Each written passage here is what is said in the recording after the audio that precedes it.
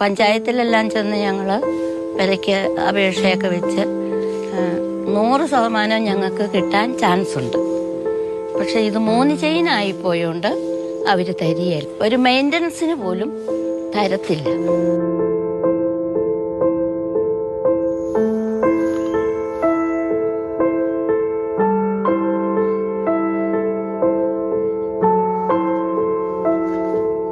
ഷീറ്റിട്ട മേൽക്കൂരയിലൂടെ വെള്ളം ചോർന്നൊലിക്കും.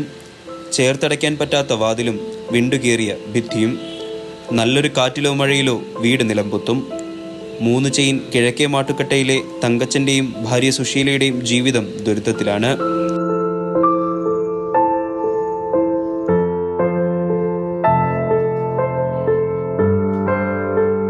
മക്കളെനിക്ക് 2 പെൺപിള്ളേർ, മൂത്തത് ഇളയത് മോന്.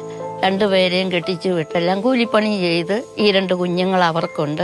ഞങ്ങൾക്ക് വല്ല ആശുപത്രി കേസുമൊക്കെ വന്നാൽ പാതിരായ്ക്കൊക്കെ വണ്ടി കൊണ്ട് വെള്ളിച്ചുമൊക്കെ വന്നു പെറുക്കി ഞങ്ങളെ ആശുപത്രി കൊണ്ടുപോവുകയും ഒക്കെ ചെയ്യും. അല്ലാതെ ഞങ്ങളെ ഉപേക്ഷിച്ചതല്ല കുഞ്ഞുങ്ങൾ. പക്ഷെ അവർ 3 പേരും നിസ്സഹായരാ. തങ്കച്ചന് ജോലി ചെയ്യാൻ ആരോഗ്യമില്ല. സുശീലയുടെ ഒരു കൈക്ക് സ്വാധീനമില്ല. ഹൃദ്രോഗമുണ്ട്. ശസ്ത്രക്രിയ വേണം. ഞാൻ ഒരു 2.5 വർഷം മുമ്പ് ഒരു കുറ്റിയെ തട്ടി വീണു. എൻ്റെ ഈ തോള് നഷ്ടപ്പെട്ടു. അപ്പോൾ ഹാർട്ടിന് എൻ്റെ വാൽവിൻ്റെ ദ്വാരം വീഴുക. അതുകൊണ്ട് എന്നെ മയക്കത്തില്ല. അതുകൊണ്ട് ചേച്ചി റെസ്റ്റ് എടുത്തിരിക്കെ കുറച്ചു കാലം കൂടി ചേച്ചിക്ക് ഇങ്ങനെയാണ് ജീവിക്കാമല്ലോ.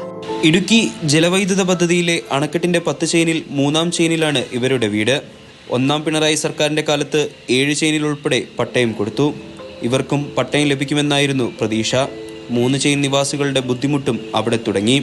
ലൈഫ് ഭവന പദ്ധതിയിലെ പട്ടികയിൽ ഇവരുണ്ടെങ്കിലും വീട് കിട്ടില്ല. ഭൂമിക്ക് പട്ടയം ലഭിക്കാത്തതാണ് കാരണം. ഇവരുടെ മാത്രം പ്രശ്നമല്ല ഇത്. 3 ചെയിനിലെ വേറെ കുടുംബങ്ങളും ലൈഫ് പട്ടികയിലുണ്ടെങ്കിലും കൈവശരേഖയില്ലാത്തതിനാൽ ആർക്കും വീട് ലഭിക്കില്ല. സംരക്ഷിത മേഖലയാണെന്നാണ് റവന്യൂ വകുപ്പിന്റെ വാദം. ഈ മേഖലയെ സംരക്ഷിക്കുന്നതിനോടൊപ്പം ഇവിടുത്തെ ജനതയെ സംരക്ഷിക്കാനുള്ള ഉത്തരവാദിത്വത്തിൽ നിന്നും സർക്കാരിന് ഓടിയൊളിക്കാനാവില്ല. മാതൃഭൂമി ന്യൂസ്, കുമളി.